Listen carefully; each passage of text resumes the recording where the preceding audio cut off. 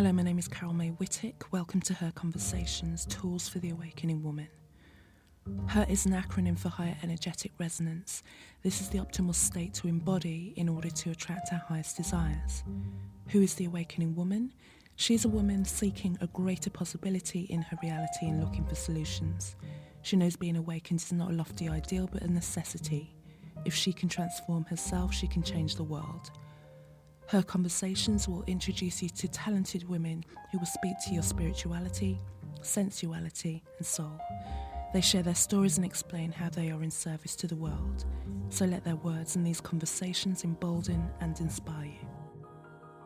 My guest on this week's Her Conversations is Death Doula Alua Arthur. Her service is to assist those at the end of their lives and their families with all the spiritual and practical necessities. Even though we all know that death is something we will experience, it's rarely talked about without discomfort, as if the very discussion will bring death closer. During our discussion, Alua talks about the moment she decided to leave her career in law and become a death doula, the insights she has gained from working with the dying, and the plans that we can make today relating to our own death.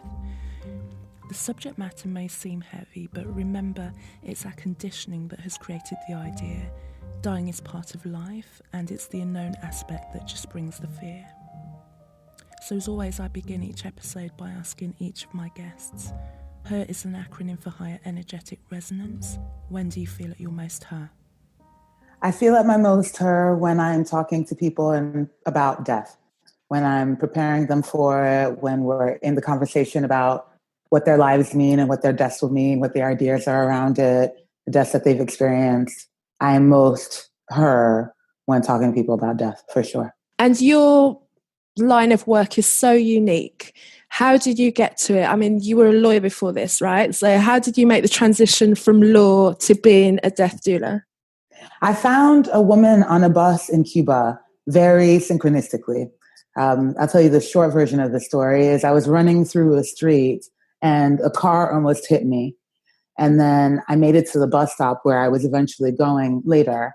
And then this woman fought for me to get on the bus. I got the very last seat. We started talking. And she had uterine cancer. And we talked a lot about her life and also about what her death would mean.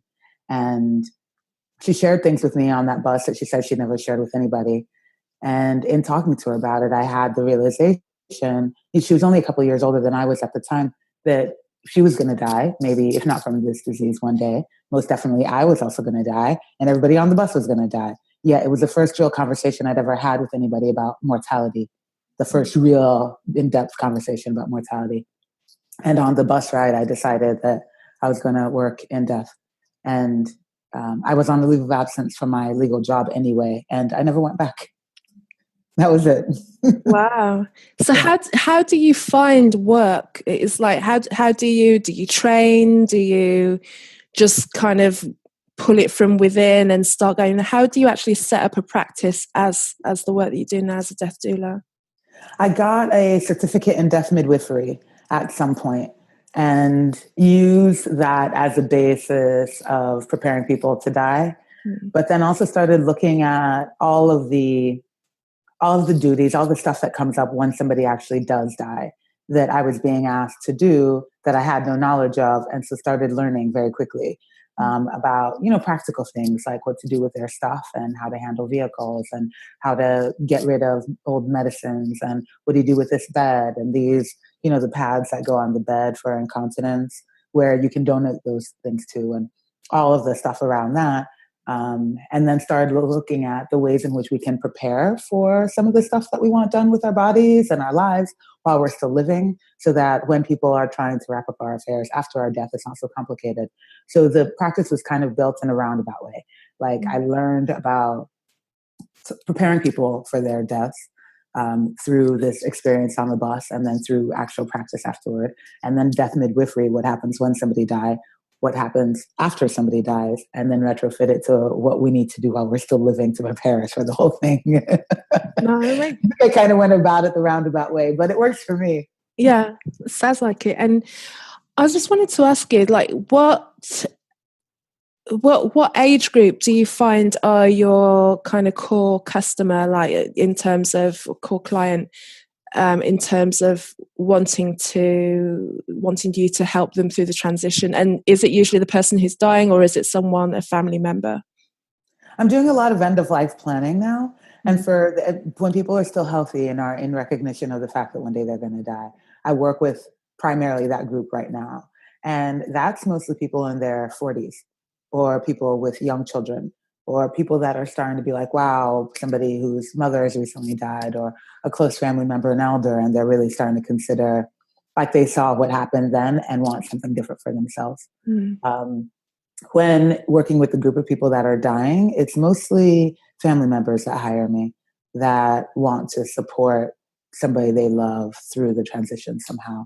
And sometimes they want me to actually talk to the person to find out how much they know about their disease or what's happening to them. They feel they don't have the adequate language for it. And so I come in and support there. And especially when you're speaking to someone who knows that they're coming towards the end of their life, how do you coach them, if that's the right word? How do you speak to them about preparing for, are you talking to them about preparing about how they're saying goodbyes to their families, or even on another level, what might actually happen to them after they've left their body? The threshold question is, what must I do to be at peace with myself so that I may die peacefully? And that's the threshold question for everybody. It's something that, I'm curious what your response would be. What must I do to be at peace with myself so that I may die peacefully? And using the answer to that question as a guidepost for where the work needs to be. For some people, it's, I need to get my things together. I want to make sure my wife knows how to open the safe and how to run the finances. For some, it's, I need to repair this relationship with my sister. And for others, it's, I need to get back in church, or I need to get clear on what I think is going to happen in the afterlife. Whatever that answer is the compass that guides us in the right direction. Do you find that people start to really think about religion or spirituality, maybe if they haven't lived a life that's been part of their life before? Some people. I think that a lot of people think about it, but not everybody talks about it. But I think a lot of people think about spirituality and religion near the end of life. What I find, at least with the people that choose to share, is that religion does not become the core of the conversation anymore. There are some elements of being reunited with God, but it's rarely in the context of some judgment or being reunited in a way that reflects back on the life that they lived, but rather the joy that they'll feel when they're back with whoever their higher power is, if there is one. You know what I mean? Does that make sense? Yeah. Okay. So it feels like it's less about the tenets of religion and more about reunification and joy and like love. Yeah.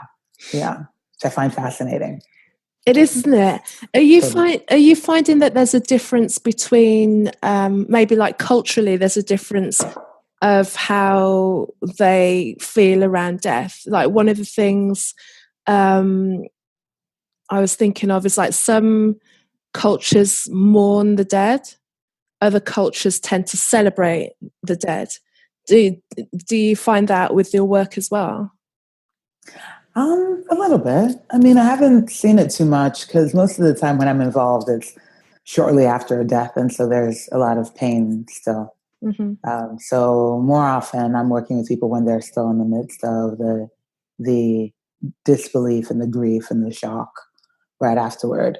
And, there's always bits of joy and beauty and celebration, but there's still the heavy feelings at first. And how do you feel, you were asking the question, what would it take for you to be at peace? How would you answer that question for yourself? I think about this often, The last time I really spent time thinking about it, I often also think like, if this were my last day on earth, what is still left undone? And there's work that I still really want to create. So what I need to do to be at peace with myself so that I may die peacefully is do as much of it as possible, which means that today, after we finish this interview, I'm going to work really hard on creating this program that I've been thinking about. because for me, it's about work. It's less my relationships I feel healthy about and solid about because I'm constantly checking in with, if this were my last day on earth, what is my state of relationship with you, and am I at peace with it?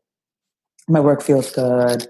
My love relationships, I mean, if I'm going to be frank, I'd really love to have some sex pretty soon. Hook it all up, man. That's the truth. But if they, if I was just going to die, then I guess that's fine. It didn't happen. But that would make me feel really peaceful. That would make me feel really peaceful. You know what I mean? Yeah. I do. She said, like, not through gritted teeth. Yeah. Yeah, that's what I need to do to be at peace with myself. My end of life planning is, I've written an end of life plan for myself. And I'm pretty clear on my instructions, like how I want things handled. And then also information about my bank accounts and all that stuff is pretty much done. So, and I check back in on it often. So if I didn't see tomorrow, people in my life know how to handle that. My practical things are handled. It's just my dreams and my heart and the service and the work that I want to do here on earth. Yeah, there's also another part of my head that says, well, if I were to die tonight, my work would actually be complete. This means I've done enough. You know what I mean? Because it would just be over. But while I'm still here, I still got more I want to do. For sure. Yeah. And then you just mentioned like practicalities for people listening in who, what would you say are like the core practicalities that would take like the weight off your family should it happen that you pass tomorrow? What are the things to take care of? Well, leading up to even the death, I'd say getting clear on who you want to handle your medical decisions for you in the event that you can't. And talking about life support, particularly in the developed world with our access to technology and medicine and science, bodies stay alive for far longer than maybe they're even intended to because of the introduction of medicine and science and technology. So getting clear on what your decisions are around there. And then from there, after a death, it's really important to think about what you want done with your body.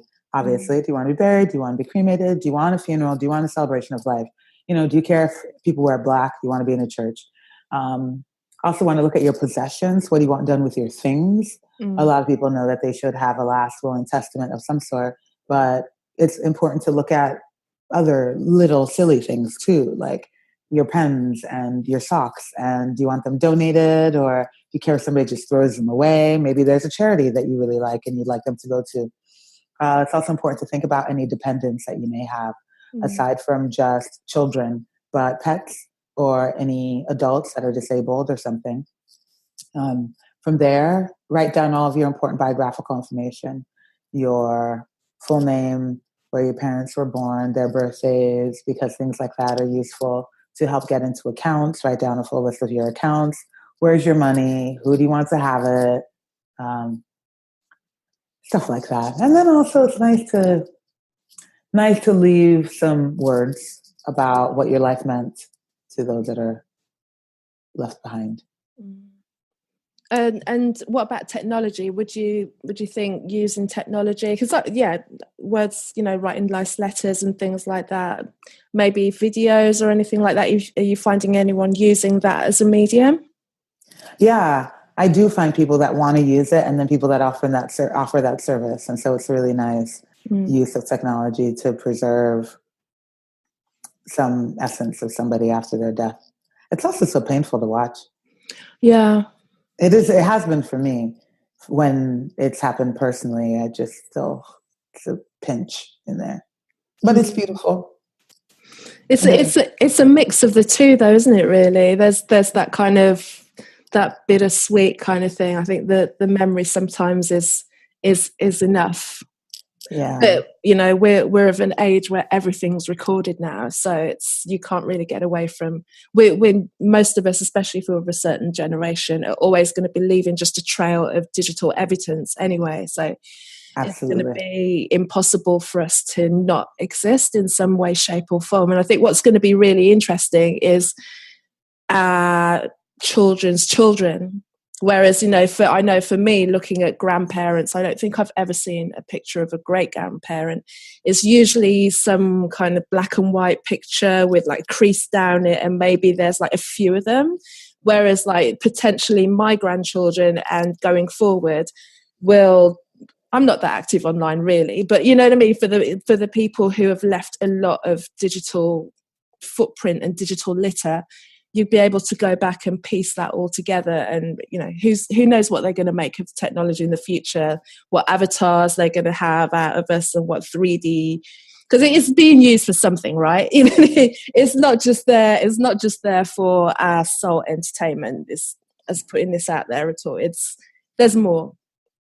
Yeah, I find it really fascinating. There was an episode of Black Mirrors. Do you watch this show?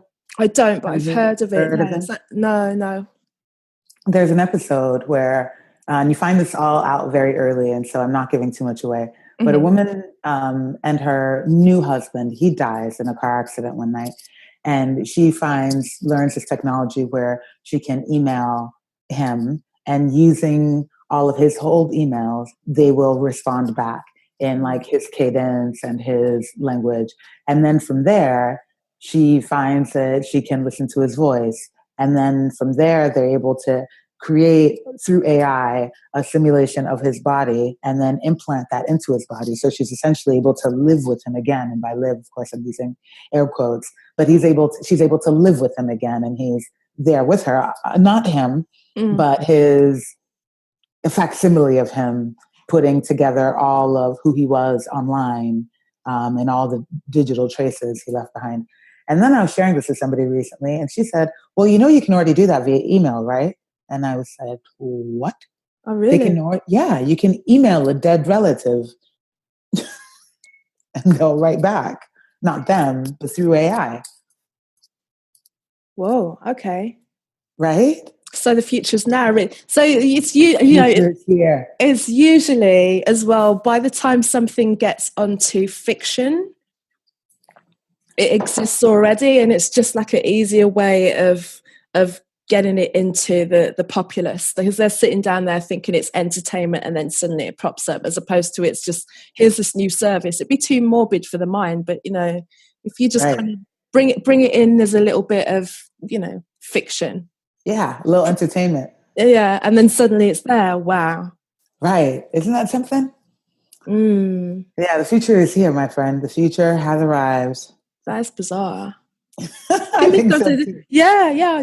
Would I be ready for that? I'm not sure. Especially if it's but it'd have to be someone who was an emailer, right? It wouldn't be like. I believe so. Somebody who's left a significant digital imprint. Yeah. God, that's got my mind going. I love anything to do with technology. You know that you were talking about your course. Who's it aimed at, the course, and what? If you're willing to kind of share a little bit about the content and the purpose of it. Well, I'm making 2 courses right now. The first one that I think really needs to be out there is an end-of-life planning course, because currently I run consultations either in person or virtually to go through all these items that we just talked about. And those are fantastic, yet they're not accessible to everybody. They're not available to everybody. And the price point is a little higher because it's me in person doing the work. So I'd like to create a course so that people can just access it no matter where they are and no matter what time, to get their planning done themselves. And it'll be fully digital with videos and, you know, parts of the PDF file so people can download it and do their planning. Secondly, I'm creating a course to train death doulas and end-of-life planners, putting my practice all together and teaching people how to do it, because the practice that I've developed I think it works in terms of getting people to really consider their death and planning for it in some way. And also I have created a living for myself doing it. And I think that other people are interested in doing the work as well, or at least that's the feedback I'm getting whenever I talk about what I'm doing. People always want to say, well, how'd you learn? And I wanted to learn how to do it myself. And I'm like, great, let me teach you. So I think, thirdly, I think that it'd be really useful to teach it so that we can make it a new part of society that we're all regularly talking about and preparing for our deaths. That's actually my big vision. That's the big money thing. And again, I know that if I were to die tomorrow, and I didn't see that as a reality, that's okay, because my work would be done. But that's really my heart's truest desire, is end-of-life planning becomes part of the fabric of society.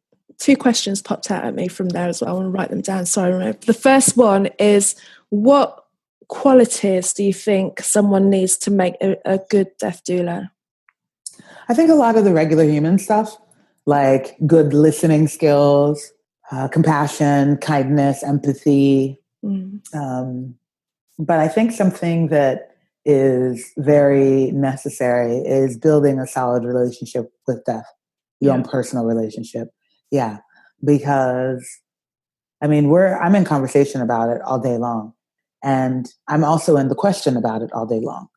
And staying curious is necessary, because I don't know what happens on the other side, and I don't even know what happens as we die. I've observed it, but I don't know the experience. And if I've had the experience before, I don't remember it. Let me say that.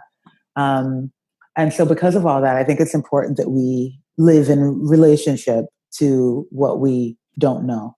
And we live in relationship to the mystery, so that we make sure not to put our own ideas about it on other people, and recognize as much as we can how much we are influencing what the client wants and needs. You know what I mean? I mean, for me, I've always, I've told you before, I've got a fascination with death and what happens on the other side. And anytime I hear anyone talking about any kind of death experience that they've had, I'm just hooked in completely. I'm just like, totally, I want to know. The most recent one I listened to was, do you know Shaman Durek? I don't. He was, and I listened to 2. He did a podcast recently, because I'm an avid podcast listener as well, and he was on Luke Story's podcast. I'll have to send you a link. It's a long podcast. They're on for about 3 hours, but he was talking about having his actual death experience and what happened to him on the other side, and it's a fascinating one. A near-death experience, or prior to this life? He actually died. But he came back? Yeah. Oh, okay. So I don't know if that's like, if that's going to be the death, or you kind of get to a point where you're like, you're there, and then everyone turns up and goes, not your time, and you come back. So is that like, it's, even though your physical body is dead, and like you've got everyone in the, you know, the hospital trying to bring you back and everything like that, so they think that you're physically dead, and they're almost about to declare you dead, and your spirit is off somewhere having this kind of experience and getting almost to the point where you're going to go, and then you come back. Yeah. I think that's as close as it's going to get, really. I've had readings with psychic mediums who've seen relatives of mine who've passed in certain places as well. So it's that kind of thing. You'll never know enough to be able to come back and tell everyone what it's like, but it's like, at least you just kind of like, it's lights off, it's dark, and it's finished. It's like there's more to it, and I think that's just that curiosity of always wanting to know, like, well, what happens? You know, it's like there's like he talked about, he was actually in pain, so it wasn't like he just kind of like floated away. He was in pain, and he was feeling his body shut down, and then he went into this space, but then he came back. So maybe that's not a death, even though what do you think? I think they're called near-death experiences for a reason. Because nobody who has been dead has come back, because when you're dead, you don't come back. Otherwise, it's just near death. And I think that there's more. I mean, obviously, there must be more. I'm not sure, of course. But I think that we can have experiences while we're still living that feel like what maybe death might be, but we won't know until we actually go. And by go, I mean don't come back. Yeah. To be able to say, well, you know, it's a bit like this, and, you know, don't forget. Yeah. But then if we come back, we're not dead. We're not dead, yeah. That's the only one. Tricky. Yeah, isn't it? Okay, then it'll just have to be that I go, and then, you know, wherever we meet on the other side, we can talk about what we went through. So I'm gonna have to wait. I'm gonna have to wait for you to catch me up. Yeah. Who knows? I may go first. Either way, I'll find you. I'll be like, wasn't that something? We were talking about the way that you're saying, like, your wish, one of your wishes is that, like, the way that society views death, and how we have this kind of big, we don't talk about it, we don't approach it well. What would you like to see in terms of the difference that the conversation is? When do you think we should start talking about death, and just making it natural, as, you know, this is what's going to happen to you, let's just talk about death as much as we're talking about going to someone's wedding or, you know, on holiday? Yeah, I think we should start having the conversation really early. Right now, generally, we hide deaths from children. Like, people don't like kids go to funerals, or use euphemisms to talk about what happened, like grandma went to sleep. And then the children are terrified to go to sleep always, because they think that they're going to go to someplace and not come back to. But I think we need to start young. We need to start early. And as far as planning goes, I think it's wise to start whenever you reach legal age, you know, wherever your country, whatever the legal age in your country is, because at that point, then you are capable of setting up your own affairs that are somebody's going to have to deal with at some point, you know? But as far as society, I'd love it if we had end-of-life planners as a matter of course in hospitals and in human resources departments. Just like when you get a job and you talk to them about your benefits and vacation pay and sick pay, or, you know, health insurance, we should also have an end-of-life planner there to talk to you about what happens to your money when you're done. Have you seen an estate planner? Have you talked about your possessions? I'd love to see it as a regular part of a counseling occupation, where people are specifically talking to people about dying. I know that a lot of oncology programs and hospitals generally have therapists on staff. And I'd love it if part of the thing was in talking to people about preparing for dying, not in the spiritual context, not necessarily with the chaplain, because it's not just a spiritual conversation. It's also a very practical one. Yeah. So I'd love it if it became a part of, like, woven into fabric of society that way, because then I think it'd be easier for us to talk about our grief, talk about fear, talk about all the things that go along with dying, that now we have the conversation maybe with our very best friend in our darkest moments.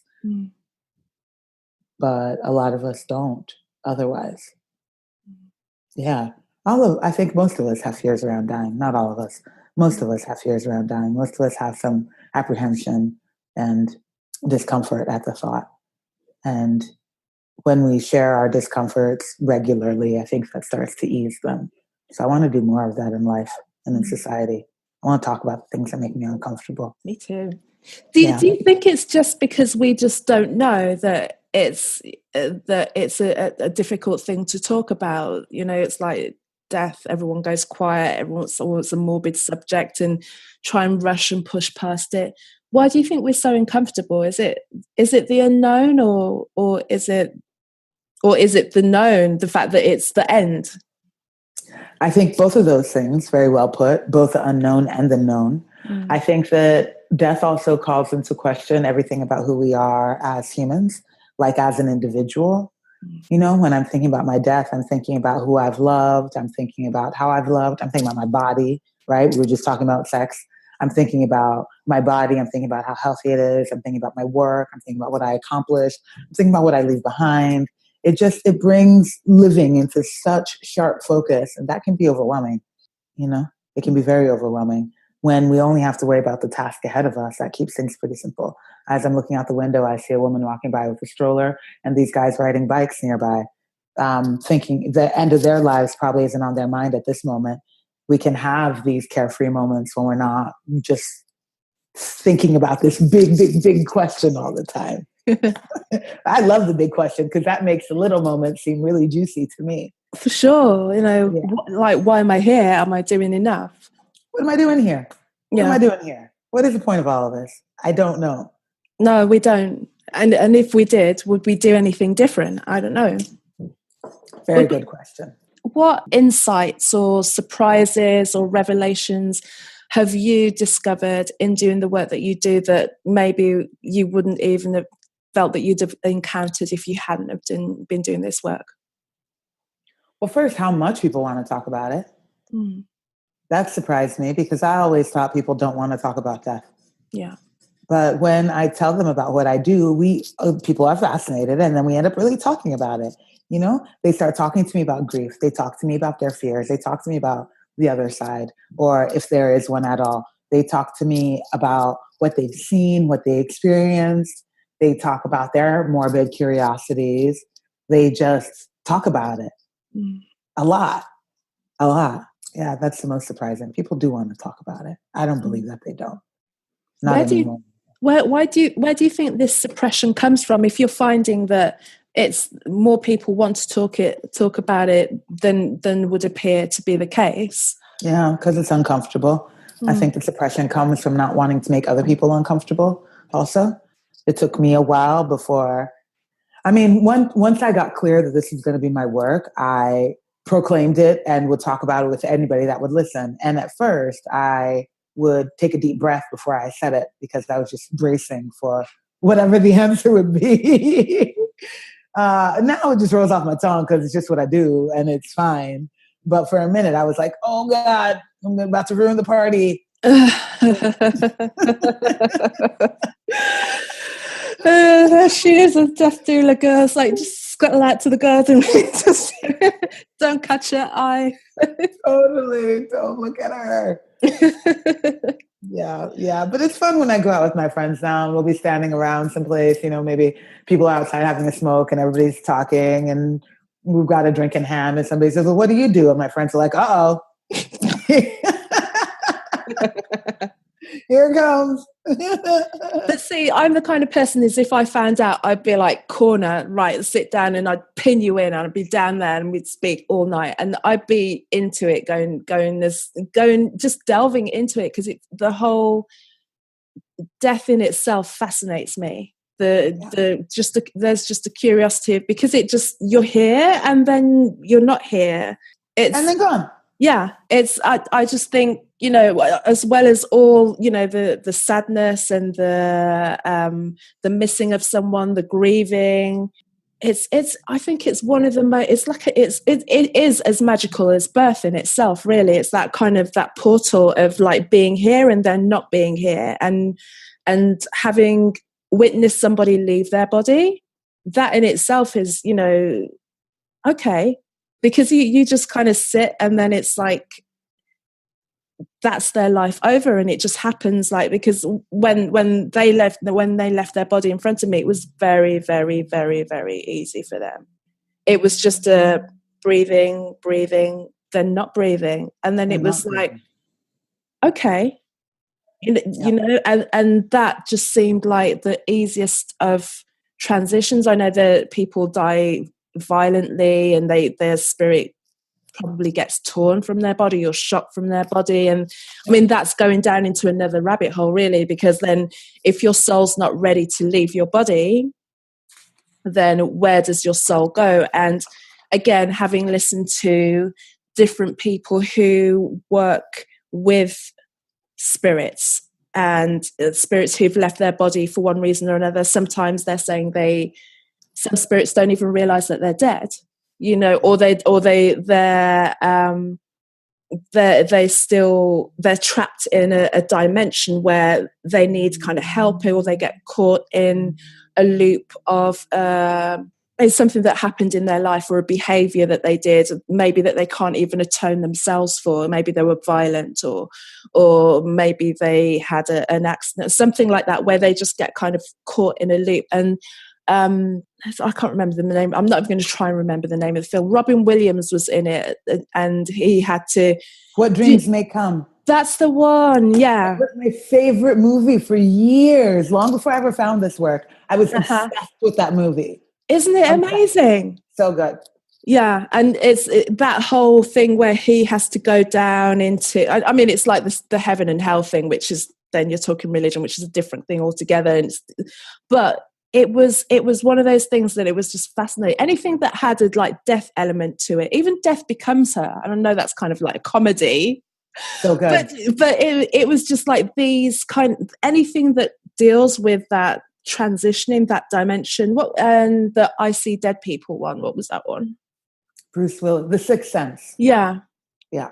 All of these things that kind of just twist it on its side a little bit. I just find all of that fascinating, because it then just gives another layer and fiber to what we're living in, because it can be, you know, the grind of it, you can get into it, it can be mundane, it's like, what are we here for? But then it's like, but there's so many layers that we're all part of, and we're only tuned in to see what's like literally physically in front of us, and that we can feel, even though if you get into the quantum of it, nothing is solid, but it's like, and we can only ever really see what we can feel and see. Yet if you get into it, you realize that no one really ever goes anywhere. The dimensions are all kind of like this milky soup of everyone being all how can you not be excited by just sitting and just kind of ruminating and just having a good old chat and juice about that one? No, but people do get freaked out by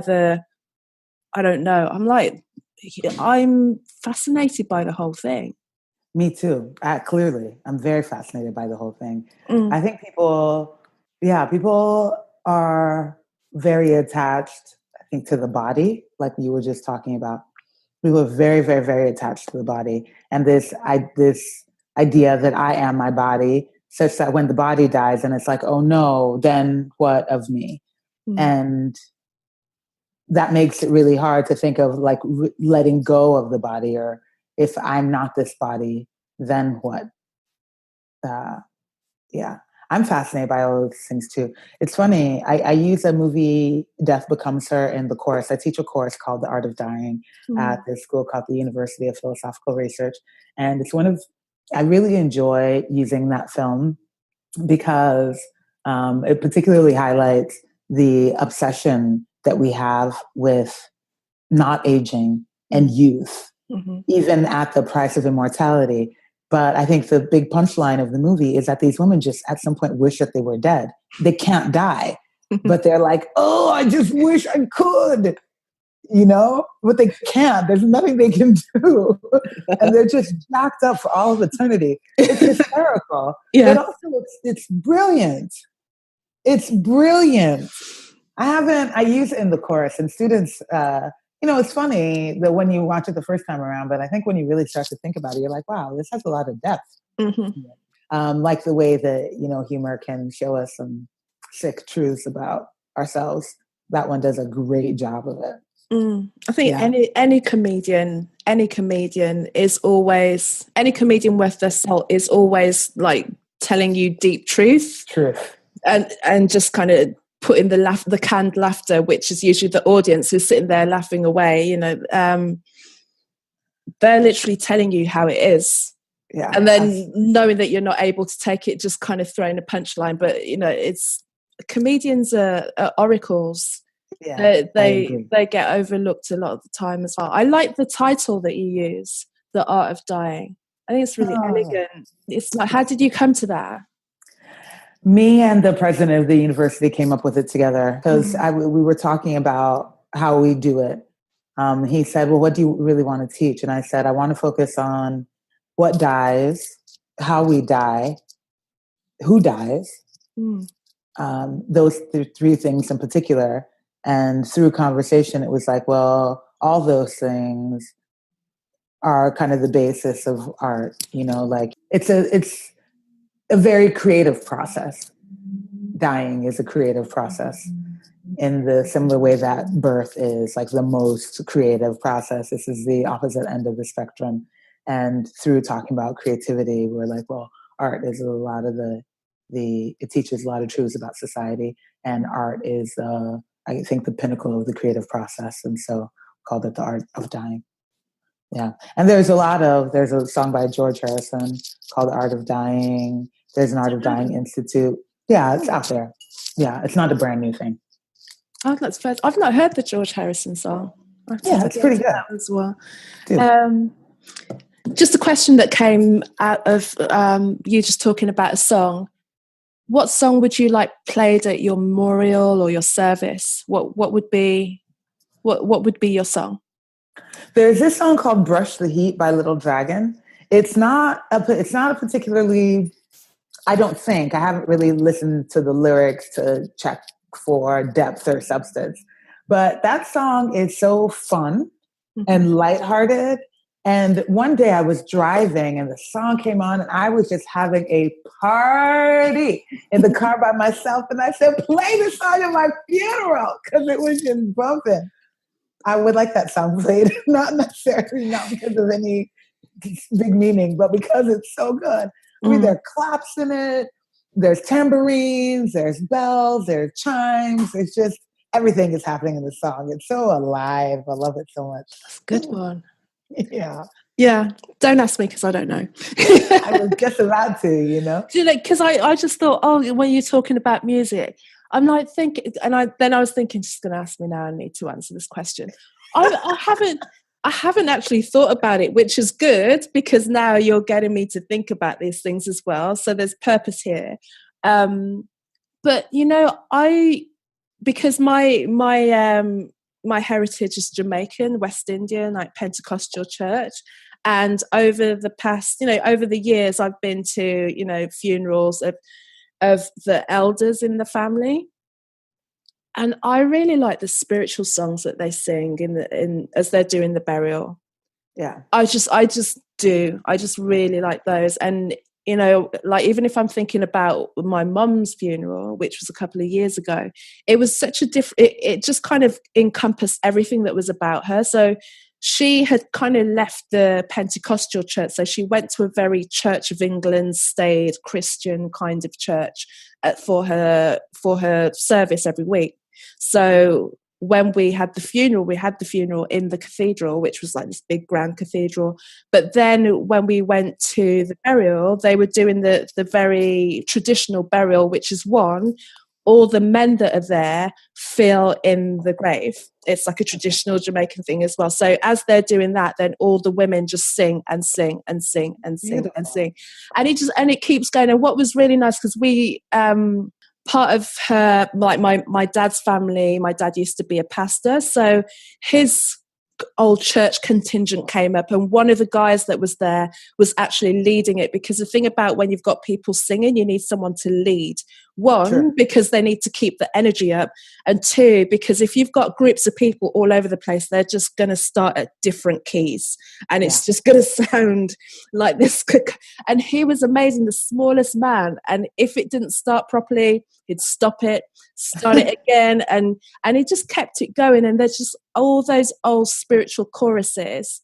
It was just, all of the I'd have to have those. But the thing is, I don't want to be buried, because I don't, for my personal belief, it's like once you leave the body, you're not there anymore, and it's so damned expensive as well. You know what I mean? So I'd just like to cremate me, and I don't know where I'd like to go yet. I need to find a spot in the world, to think about that. But if you're going to do any songs, there's like, play some good Anita Baker and stuff like that, my favourites. But also just sing a few of those spirituals. As I just hope there's going to be like records of how to do it properly, because those spiritual tunes done poorly just, they don't have the punch, and you need someone who's going to come in and just go, okay, another one. And they're very short as well. So usually you'll have a pamphlet of about 5 or 6 songs. You have to keep going round and round it just to keep it going while the men are doing the work and everything like that. So, I think I'll have a mixture of those. That sounds things. Beautiful. Anita Baker and old spirituals. Yeah. One particular Anita Baker song? I like, because most of her songs are about love. Yes. But there's one which is about love gone. Well, one that I remember that's about love gone wrong, which is Fairy Tales. I don't know it. I won't sing it for you because I don't sound like Anita Baker, but it's basically it's all about the fact that she was brought up on fairy tales and it was going to be this like happy ending and everything like that, but actually the fairy tale was not, it didn't happen like that, but it's done in her kind of way. That one, and You Bring Me Joy. That's such a good one. Yeah. That would be a nice song for a funeral. Yeah, absolutely. Anything like that. So yeah, anything of those. So let me ask you some more questions as well. So these are the questions that I like to ask all the ladies that come onto the show. First one is, what is the best piece of advice a woman has ever given to you? Tell him how you feel about him. Did you? I did. And nothing yet. And this was a few months ago. Okay. But, it was what I appreciated about it was such a simple, I mean, I got this piece of advice a long time ago and I remember it often, but a simple exercise in vulnerability and authenticity and speaking my truth, which I think a lot of us at times don't for fear of a million different things, right? And particularly when it comes to telling somebody how you feel about them, the fear of rejection is a major one. But I've lived through being rejected a whole bunch of times, and guess what? I'm still here. Mm-hmm. And self-esteem didn't take too big of a bruising. I think part of the benefit of being older now is that things like that don't knock me off as much. Yet, tell him how you feel about him is a solid one, but less about communicating feelings of love in particular, but more about speaking truth consistently. Mm-hmm. That's one. Another one was an old family friend. I was having a period of time where I just couldn't, nothing was really working and I wasn't feeling inspired and I had ideas about what I wanted to do, but I just couldn't get myself going. And she said, that's fine. Why don't you sit and wait for your next assignment? And I said, oh, okay. Rather than trying to force inspiration, if I allow, it comes. But I need to allow it. I can't make it. I mean, inspiration, particularly coming from the word spirit, I can't conjure it just because I choose right now. I get to allow. Two best pieces of advice. I like that. That's the thing, is all waiting for inspiration, but then there's that fine line of waiting for inspiration and then not doing any work as well at the same time. True. It's sometimes you just need to keep the pen inked as well. Just wait for the better idea, to oil it. You think? Yeah. I don't know, because I get myself caught up on this idea of doing, but sometimes I find myself doing just to do because I feel like I should just keep doing, but it most of the time turns out garbage. Yeah. At least that's how it works for me. I think some people maybe just do need to keep going and something eventually will come when they keep the pen on the page. I've tried at various points to just sit at my computer and write for 2 hours, no matter what, just stay and write. But when I go for a walk, then I'm like, oh, something will start to hit and then I can come back and do it. Yeah. I kind of vacillate between the two, but and I think it was Pat Patterson, songwriting tutor, especially when I used to do a lot of songwriting, and he was talking about, just writing even when you don't feel there's anything coming out, even if you think it's crap, because they're saying crap is the best fertilizer. Yeah, true. So that's one where I'm just like, yeah, but nothing's coming. But then sometimes just learning how to move the pen or just get an idea from head to page is an exercise in itself, really, even if that is not the one that wins the Grammy. Yeah. But and next question is, what woman do you feel represents higher energetic resonance? Maybe kind of a corny and canned response, but my mother. A woman she never ceases to amaze me.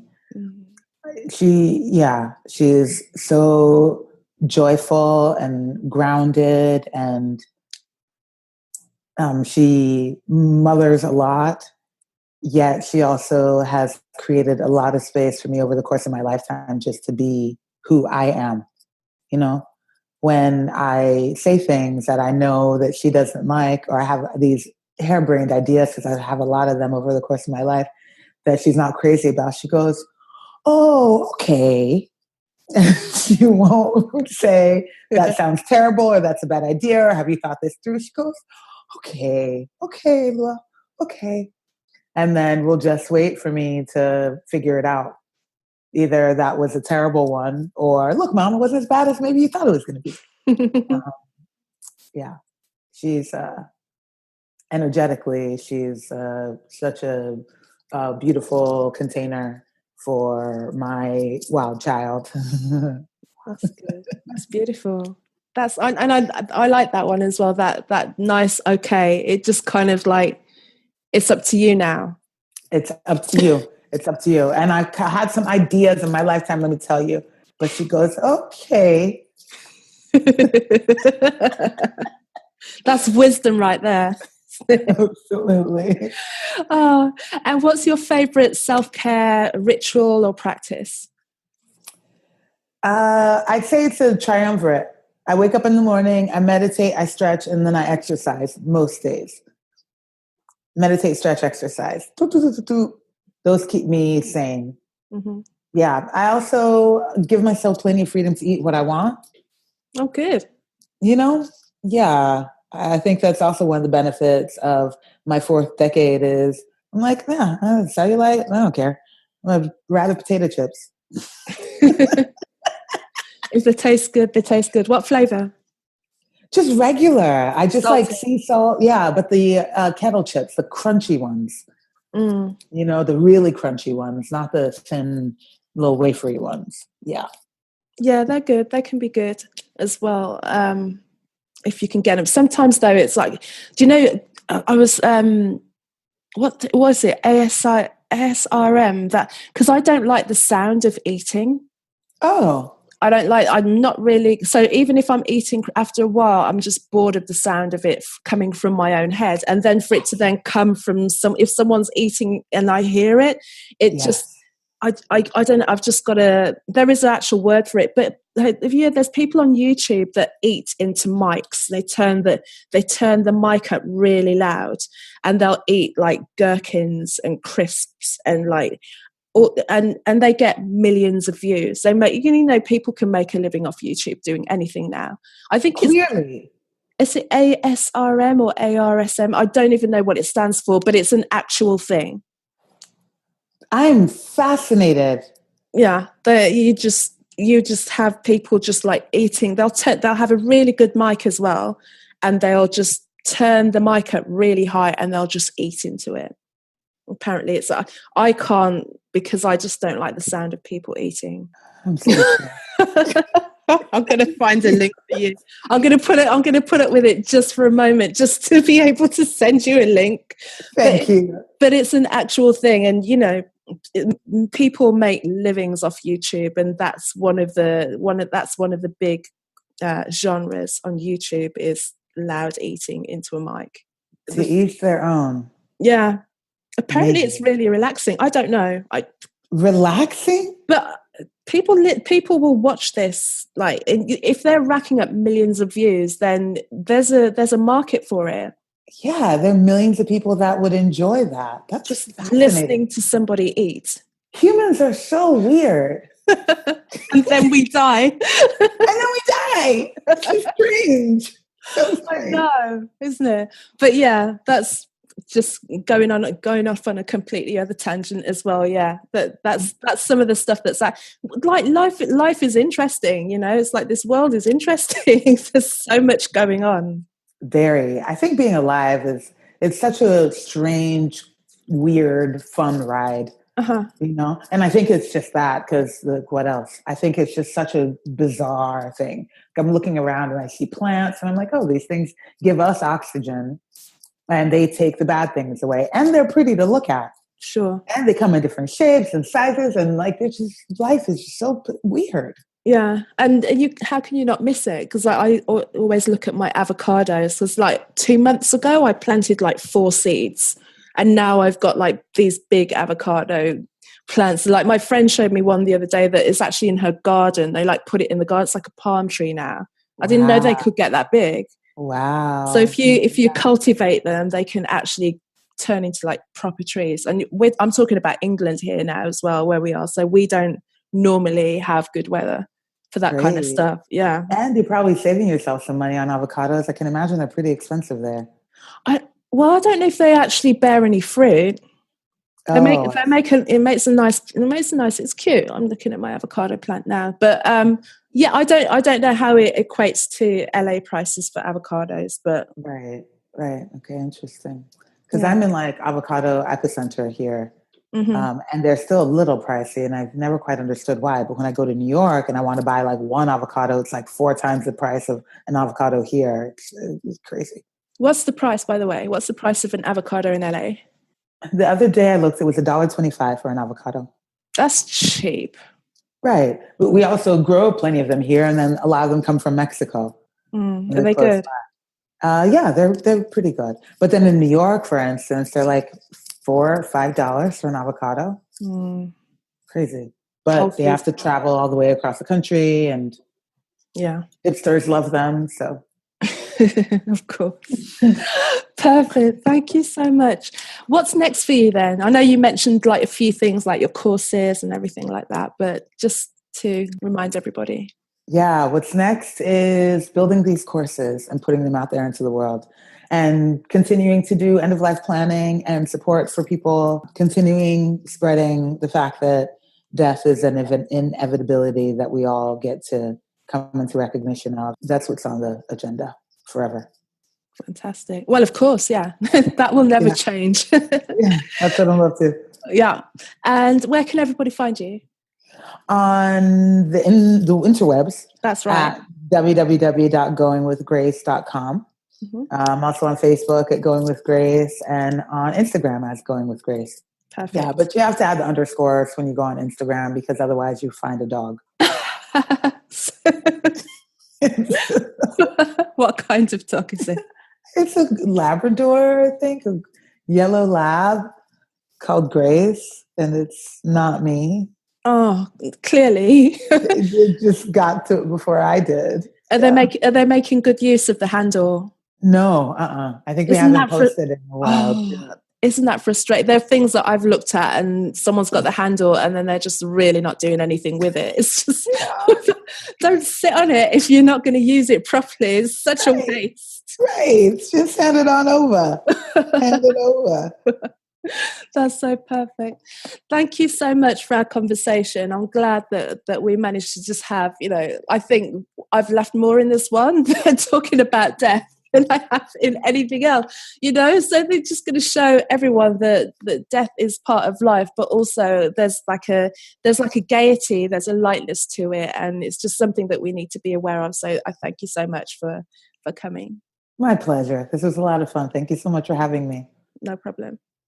Thank you. Thank you again to Alua for joining me on this episode of Her Conversations, and thank you for listening. You can discover more about me and the Her Project by visiting my website, which is carolmaywhittick.com, CarolMaewhittick. Find me under Facebook under the same name, and Instagram and Twitter handles are CAZMICK. That's Casmic, CAZMICK. Until next week, enjoy yourself. Bye.